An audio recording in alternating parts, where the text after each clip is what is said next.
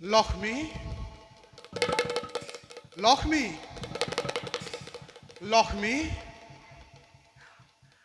আজি আকৌ লক্ষ্মীৰ প্ৰয়োজন কিয় হ'ল? মইতো আজি বিষ্ণুপ্ৰিয় লক্ষ্মী নহওঁ। লক্ষ্মী, তোমাৰ এনে অবিবেচক কাৰ্যই মোক দেৱ সমাজত ঘৃণনীয় কৰি তুলিছে। আমি জগৎকৰ্তা ঈশ্বৰ, তুমি জগতৰ মহালক্ষ্মী। তুমি যদি মোৰ প্ৰতিদ্বন্দ্বিতা কৰিব যোৱা, তাৰ পৰিণাম কি হ'ব পাৰে তুমি এবাৰো ভাবি চোৱা নাই। প্ৰভু, আপুনি কি ক'ব বিচাৰিছে? মই একোৱে বুজি পোৱা নাই। মোক সকলো বুজাই কওক। শুনা লক্ষ্মী, প্ৰভু, আৰু অলপ দিনৰ পাছতেই পৃথিৱীত মহাপ্ৰলয়ৰ আৰম্ভ হ'ব। মহাপ্ৰলয়ত মহাসাগৰৰ জলধাৰাই সমগ্ৰ পৃথিৱী ডুবাই পেলাব।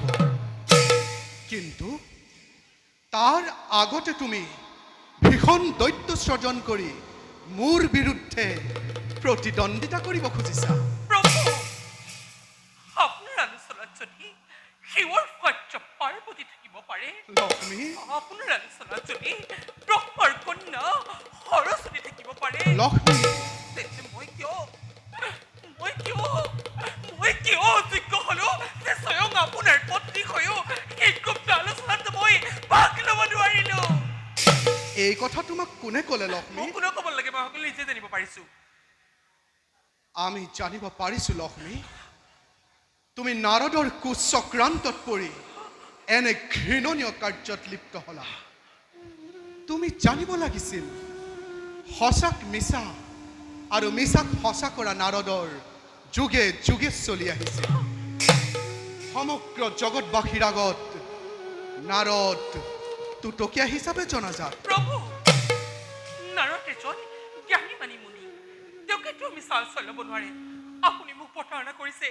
ব্ৰহ্মাৰ কন্যা সৰস্বতীৰ সমান, শিৱৰ সহ্য পাৰ্বতীৰ সমান জ্ঞানী মানি সুন্দৰী কন্যা অন্য কোনো নাৰীৰ নাই। কিন্তু বিষ্ণুপ্ৰিয় লক্ষ্মীৰ সেই ক্ষমতা আছেনে নাই তাক প্ৰমাণ কৰি দেখুৱাবৰ বাবে আপোনাৰ সন্মুখত আজি প্ৰতিদ্বন্দ্বীৰ বাবে থিয় দিছো। পাৰে যদি ইয়াক প্ৰতিৰোধ কৰি দেখাও। তুমি গৰ্বিত। প্ৰভু, তুমি আজি বিষ্ণুপ্ৰিয়া লক্ষ্মী নোহোৱা। প্ৰভু, তুমি কোন জানা? মই এই জগতৰ মাতৃ স্বয়ং লক্ষ্মী। নহয় লক্ষ্মী, প্ৰভু, তুমি কোনোবা দানৱী। প্ৰভু, ইয়াৰ পৰিণাম কি হ'ব পাৰে তুমি এবাৰো ভাবিয়ে চোৱা নাই। পৰিণামলৈ ভয় কৰি আজি মই কৰ্তব্যত আগবঢ়া নাই। আজি প্ৰভুৱে বুজি উঠিব লক্ষ্মীক অৱহেলা কৰাৰ পৰিণাম কিমান ভয়ংকৰ হ'ব পাৰে। ভুল, ভুল লক্ষ্মী, ভুল। তুমি ভুল পথেৰে পৰিচালিত হৈছা। ইয়াৰ পৰিণাম অতি মৰ্মান্তিক হ'ব। এদিন নহয় এদিন ভীষণ সংকটত পৰি উদ্ধাৰৰ বাবে হাই হাই কৰি থাকিব লাগিব। কিন্তু সেইদিনা তোমাৰ উদ্ধাৰ কৰোঁতা কোনো নোলাব। আমি তোমাৰ লগত আৰু তৰ্ক নকৰোঁ। তোমাৰ যুক্তি হেৰাই গৈছে। আমি আহিলোঁ।